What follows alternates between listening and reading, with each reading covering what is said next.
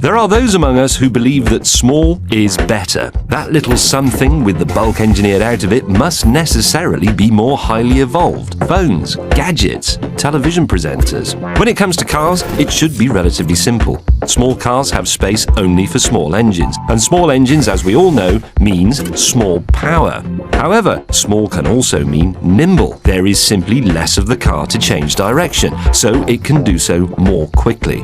But here's your chance to decide for yourself, with some small cars with enough power to make them a lot more than merely entertaining. The Fiesta ST is one of the very best, as befits a car that's competed on the World Rally Championship. As of course has the Citroën DS3, though the Citroën, like the Fiat Abarth 500 SS, clearly feels the need to tell the world that with some frankly silly graphics. What is it that makes all things small need to overcompensate with an unnecessarily showy appearance? There was a time when simply going fast was all that was required of what we call sports cars.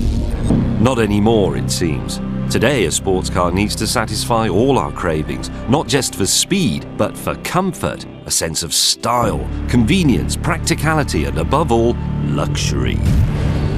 Would any of these cars be any worse for not being decorated with bits of dead animals and trees, or with offcuts from racing cars? I'm not so certain. BMW 3 Series you will see every day, not that it makes the M3 any less desirable, inside or out.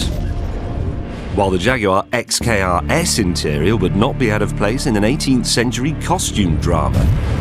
But if rarity is in itself a luxury, try the Maserati Gran Turismo with its Ferrari-built V8, or the rare and underrated exercise in beating the Germans at their own game that is the Lexus ISF.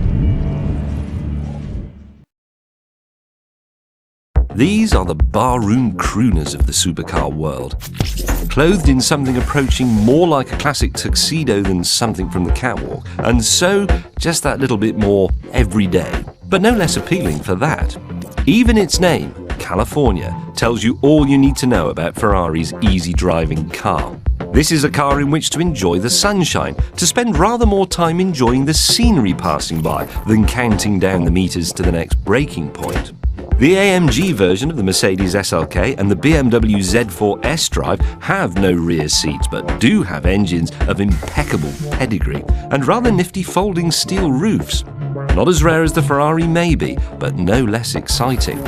The Audi TT RS, meanwhile, is neither rare nor a convertible. It is, however, with its 2.5-litre, 5-cylinder Rally Quattro engine and 4-wheel drive, unquestionably exciting, but only when you want it to be, which is what this group is all about.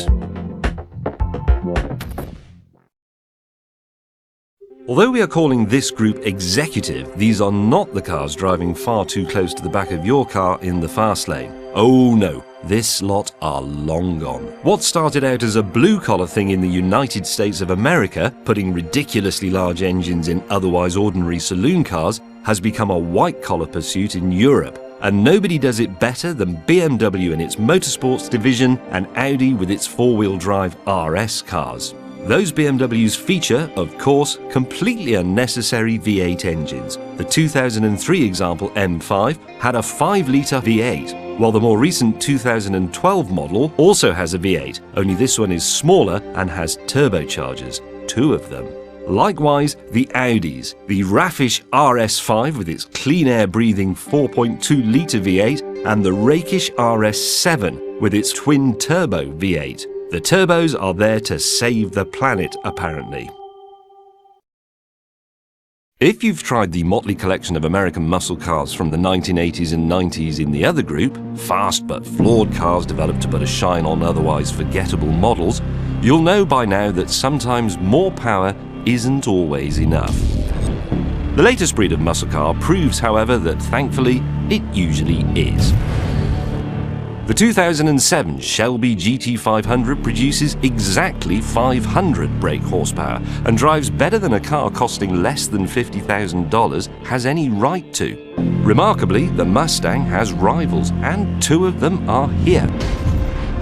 The Chevy Camaro ZL1 with its 580 brake horsepower V8 and the Dodge Challenger SRT8 392. with its throwback cubic inches badge. In modern money, that's 6.4 litres. Drive them. Drive them all and take comfort in the knowledge that there are people out there, besides Clarkson, who will never believe you can have enough power.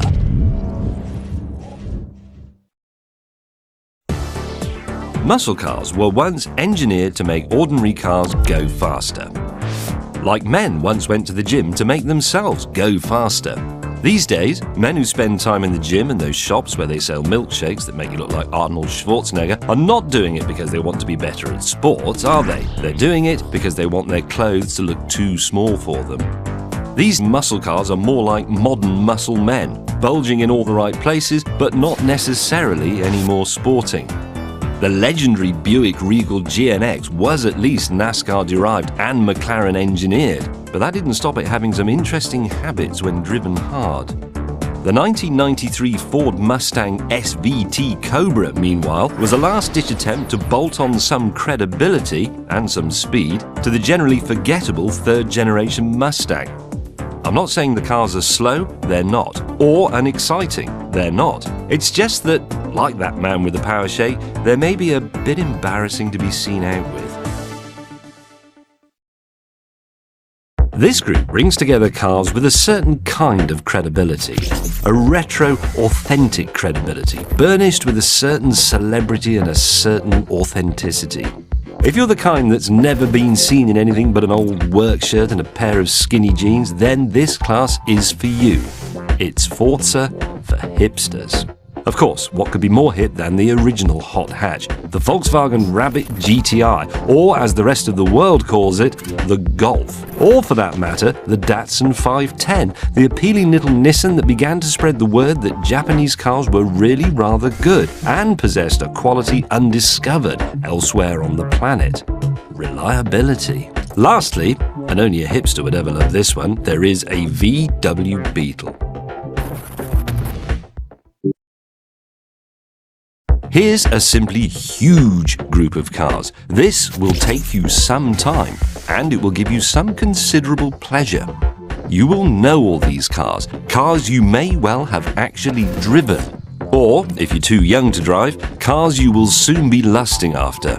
I guarantee that. From early super hatches like the Ford Focus RS to the mini John Cooper Works, they fall into two groups, fast and really very fast indeed. Finally, there's the Volkswagen Scirocco. VW doesn't like to call it a hatch, but nor is it a coupe either. Still, it would be such a shame to leave it out.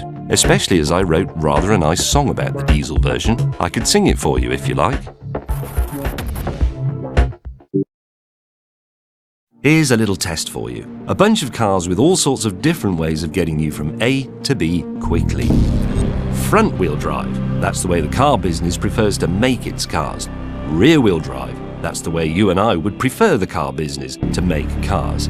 Mid-engined and rear-wheel drive, which is the way Lamborghini makes cars, and four-wheel drive, which I'm not sure is the way anyone really wants to make cars, except when it's snowy, of course, which for most of us isn't very often. Four-wheel drive cars are easy and safe. If you drive too fast, they won't spin, usually, but they don't go sideways either, usually. Rear-wheel drive cars will go sideways. It's relatively simple and safe to do so without spinning, relatively. Try them all and tell me I'm wrong. There are many ways to go very fast around a track like ours. You can choose four-wheel drive or rear drive, mid-engined or front-engined, great big V12 or little V8 with a turbocharger. All those options are here in this group.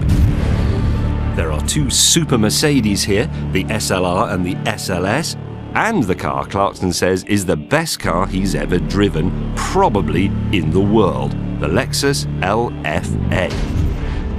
But if there is one standout car in this group, it surely has to be the McLaren F1. The only car here where you sit in the middle.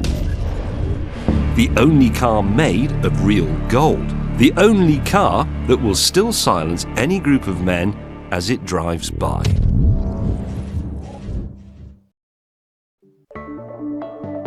Here are some Le Mans cars. Most of them winners, not one of them what you would expect. The 2012 Audi R18 e-tron Quattro, a four-wheel drive hybrid, is possibly the most complicated car to win Le Mans yet. Peugeot's first diesel, the twin-turbo V12 908, secured victory over Audi at Le Mans on its third attempt. This car, the number 9, was the winner. Lastly, a bit of a throwback, and it's not actually a Le Mans winner. But the Ferrari 333 SP is here because, well, it's a racing Ferrari with a V12.